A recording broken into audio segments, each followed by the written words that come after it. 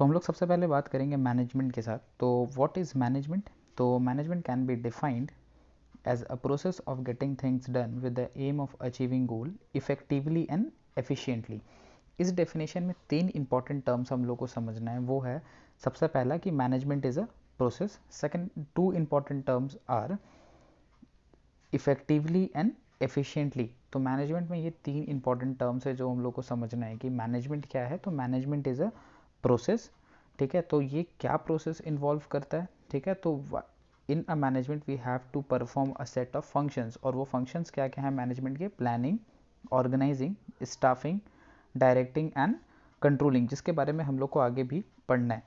Next है effectiveness और efficiency. तो what is effectiveness in management? तो effectiveness in management is concern with doing right task. तो what is effectiveness? जब हम लोग सही टास्क को करते हैं तो वो मैनेजमेंट में इफेक्टिवनेस शो करता है। Basically it is related to end result. Second thing is efficiency. What is efficiency? Efficiency means doing the task correctly, task को सही तरीके से करना with a minimum cost. That means proper utilization of resources, यानी कि maximum production करना with the use of limited resources, proper resources का utilise करके मैक्सिमम आउटपुट प्रोड्यूस करना। तो नेक्स्ट टॉपिक हम लोग पढ़ने वाले हैं कैरेक्टरिस्टिक्स ऑफ मैनेजमेंट। तो मैनेजमेंट के कैरेक्टरिस्टिक्स क्या क्या होते हैं? तो सबसे पहले हम लोग देखेंगे management is a goal oriented process. किसी भी ऑर्गेनाइजेशन में मैनेजमेंट को इंक्लूड करने का ज़रूरत क्यों पड़ता है? टू अचीव अ सर्टेन गोल, ठीक है। किसी भी ऑर्गेनाइजेशन का एक गोल होता है जो जिसके वजह से वो ऑर्गेनाइजेशन एग्जिस्ट कर रहा होता है। तो उस गोल को अचीव करना मैनेजमेंट का सबसे पहला ऑब्जेक्टिव होता है या फिर कैरेक्टरिस्टिक होता है। Second, management is pervasive. What is the meaning of pervasive? That means common to all, ठीक है। इस लाइन को समझ लो, कॉमन टू ऑल ऑर्गेनाइजेशन, ठीक है। चाहे वो ऑर्गेनाइजेशन इकोनॉमिक हो, सोशल हो या पॉलिटिकल हो, यानी हर तरह के ऑर्गेनाइजेशन में मैनेजमेंट कॉमन होता है। तो नेक्स्ट कैरेक्टरिस्टिक्स है मैनेजमेंट का कि management is multi dimensional. Multi dimensional क्या हो गया? तो मैनेजमेंट के तीन मेन डायमेंशनल होते हैं, तीन मेन डायमेंशंस होते हैं विच आर, सबसे फर्स्ट है मैनेजमेंट ऑफ वर्क। इसको नोट डाउन कर लो, management of work deals with what to be done. आपके ऑर्गेनाइजेशन में क्या होने का है वो डील करता है मैनेजमेंट ऑफ वर्क।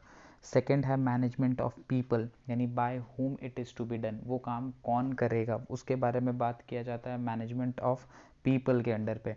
और थर्ड होता है management of operation. Basically management of operation interlinked है ऊपर वाले दोनों मैनेजमेंट से, लाइक मैनेजमेंट ऑफ पीपल और मैनेजमेंट ऑफ वर्क को इंटरलिंक करता है मैनेजमेंट ऑफ ऑपरेशंस। तो management of operation is interlinked with both the management of work and management of people. Next characteristics है management is continuous process. तो what is management? Management is a continuous process. That means management कभी रुकता नहीं है। आप अपने organisation को अगर रन करना चाहते हो, दैट मीन्स मैनेजमेंट वहाँ रेगुलर यूज़ होगा। The process of planning, organising, directing, staffing and controlling, ये आपको बार बार करना ही पड़ेगा। तो management is a continuous process. Next, management is a group activity. आप पूरे ऑर्गेनाइजेशन में अकेले काम नहीं कर सकते हो, ठीक है। अगर आप सेल्स डिपार्टमेंट्स में हो यानी कि आपको सेल्स संभालना है, अगर आप मैन्युफैक्चरिंग डिपार्टमेंट में हो तो आपको मैन्युफैक्चरिंग देखना है। तो management is a group activity, group of people मिलकर मैनेजमेंट के काम को कंप्लीट करते हैं। Management can not be done individually.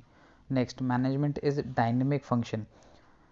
Business environment day to day change होता है और उस डे टू डे चेंजेस के साथ मैनेजमेंट भी उस चेंजेस को अडॉप्ट करता है और खुद को चेंज करता है according to the external environment. तो management is a dynamic function. Next, management is an intangible force. Management कुछ ऐसा नहीं है कि आप मशीन ला कर रख दिए तो आप उसे देख पा रहे हैं कि वो कैसे वर्क कर रहा है। Management is intangible, that means it can not be touched और it can not be seen. Management यानी मैनेजमेंट के ऑब्जेक्टिव क्या क्या है? आप तो हम लोग ऑब्जेक्टिव को तीन पार्ट में क्लासीफाई कर दिए हैं। तो सबसे पहला है organisational objective, second is social objective and the third one is personal और इंडिविजुअल ऑब्जेक्टिव। जब हम लोग ऑर्गेनाइजेशनल ऑब्जेक्टिव पढ़ेंगे तो वहाँ हम लोग पढ़ेंगे कि ऑर्गेनाइजेशन क्या चाहता है मैनेजमेंट से। जब हम लोग सोशल ऑब्जेक्टिव के बारे में पढ़ेंगे तो वहाँ हम लोग देखेंगे कि सोसाइटी की क्या नीड है या फिर सोसाइटी क्या चाहती है। और थर्ड, जब हम लोग इंडिविजुअल ऑब्जेक्टिव पढ़ेंगे या फिर पर्सनल ऑब्जेक्टिव, तब वहाँ हम लोग समझेंगे कि कोई इंडिविजुअल पर्सन जो आपके यहाँ काम कर रहा है, जो इंसान आपके यहाँ जॉब कर रहा है, वो क्या चाहता है मैनेजमेंट से। तो सबसे पहले हम लोग पढ़ेंगे organisational objective. The main objective of any organisation should be to utilise human and material resources to the maximum possible advantage.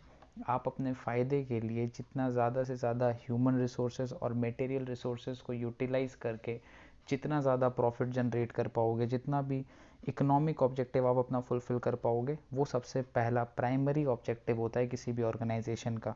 तो what are the economic objective of the business? Business का economic objective क्या क्या है? तो 3 part में divided है। The first one is survival, second is profit and the third is growth. एक एक करके समझते हैं। तो व्हाट इज सर्वाइवल?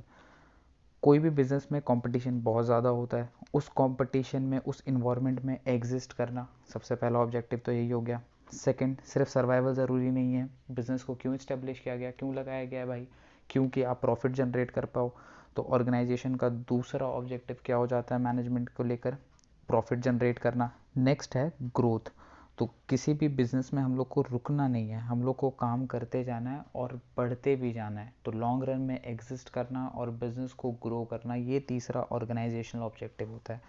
तो 3 इकोनॉमिक ऑब्जेक्टिव हो गए। The first one is survival, the second one is profit and the third one is growth. Second हम लोग देखेंगे सोशल ऑब्जेक्टिव। सोशल ऑब्जेक्टिव यानी कि organization is also a part of society na. As a part of society, every organization, whether it is business or non-business, has a social obligations to fulfill. Society का ही आप part हो। अगर आप किसी भी business में हो ना, तो आप भी, वो बिजनेस भी एक सोसाइटी का ही पार्ट है। तो सोसाइटी को क्या चाहिए आपसे? सबसे first, this includes using environmental friendly method of production, यानी कि आप इन्वायरमेंटल फ्रेंडली मेथड यूज़ करो प्रोडक्शन का, आप चाहे जो भी चीज़ प्रोड्यूस कर रहे हो। सेकेंड, लोगों के लिए एम्प्लॉयमेंट अपॉर्चुनिटीज़ क्रिएट करो, ठीक है? सोसाइटी को एम्प्लॉयमेंट अपॉर्चुनिटीज़ क्रिएट करके दो, as well as social amenities provide करना, like schools and hospitals etcetera. Next is personal objective. तो आपके ऑर्गेनाइजेशन से जुड़े लोग आपसे क्या चाहते हैं? तो बहुत ज़्यादा तो कुछ नहीं, जो बेसिकली सबसे पहला है वो है फाइनेंशियल नीड, कि प्रॉपर सैलरी उनको मिले, कॉम्पिटिटिव सैलरी। अगर मेरा दोस्त किसी पोस्ट में, वो दूसरी कंपनी में इतना कमा रहा है, तो मैं भी लगभग इतना कमाऊँ। सेकेंड इज़ रिकॉग्नाइजेशन चाहिए लोगों को, सोशल रिकॉग्नाइजेशन, लोग उसे पहचाने, अरे तुम कहाँ काम करते हो, अच्छा इस कंपनी में काम करते हो, वाह नाइस। तो इस तरह के कुछ पर्सनल ऑब्जेक्टिव होते हैं मैनेजमेंट के।